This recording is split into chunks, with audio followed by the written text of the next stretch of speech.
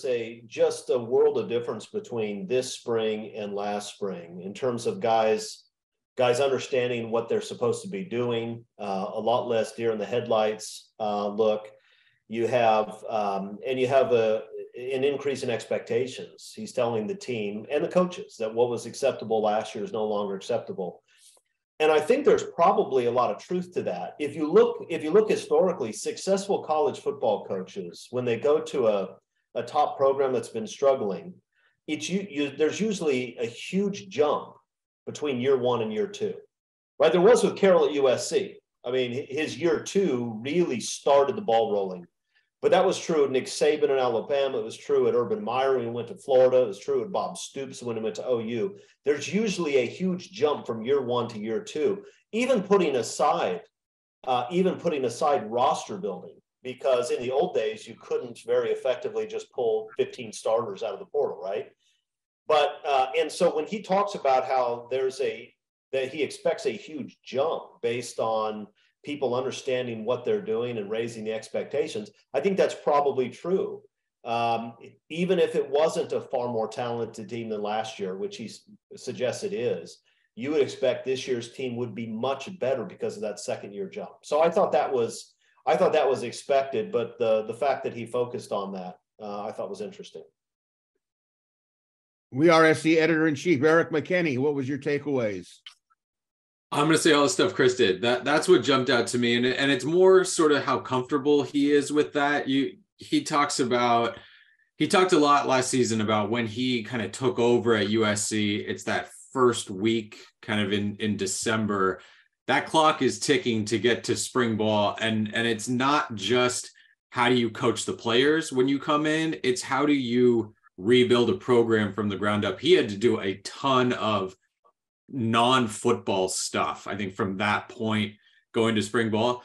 He said that today this was a full off season. Last season was not. They did not get a full off season from kind of coaching the coaches how to coach, coaching the players how to take coaching, all of that kind of stuff. You don't need that. He talked about having the nutritionist there for a full off season now, and them understanding strength and conditioning and all of that goes into building an offseason. That's what stood out, just how confident he was that, yeah, this looked like a real offseason. We were able to make those progressions. And, he talked about kind of gains being weight and strength and all that with a ton of players that needed it this offseason. And again, he sounded like a coach talking to the media for the first time during spring ball.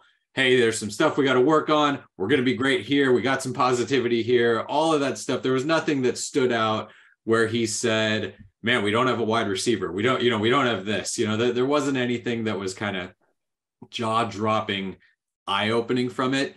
But there was, I did kind of feel that confidence of, okay, we really got a full off season and this looks different 2 practices in than what we had last spring. And again, the depth you mentioned at the top, a couple positions, offensive line, wide receiver, where he doesn't love just the overall numbers of how many guys are there, expects to add people at those spots. But I think 2 of the key spots, defensive line, linebacker, he specifically mentioned, really like the depth there, really like the competition and the battles and all that kind of stuff. That's obviously going to jump out those 2 spots, I think, for a lot of USC fans. Well, I wasn't surprised that he said the defenses, he's really expecting big things from the defense. And the old saying, you said it, we'll watch it. I thought it was interesting that Malachi Nelson is actually throwing, is going to be focused on and will participate in some reps, obviously being very monitored. The fact that he's out there throwing, I think is really a nice sign. I also thought his comment about Rayleigh Brown having still had a decent freshman season, he was pleased with it, but he has other areas that he has to work on, such as when he doesn't have the ball. So I took that as pass blocking. And I thought it was kind of curious because he did say that he had been contacted by other entities, programs, about his assistant coaches. And I thought that was rather interesting. He said nobody's going anywhere, but he was, I don't know if the term flattered is appropriate, but he says, look, we've got a great staff and they know what we're building and they're a part of it. And it's always a good sign when other people want to get your staff. So I took that as an interesting takeaway from my end of it.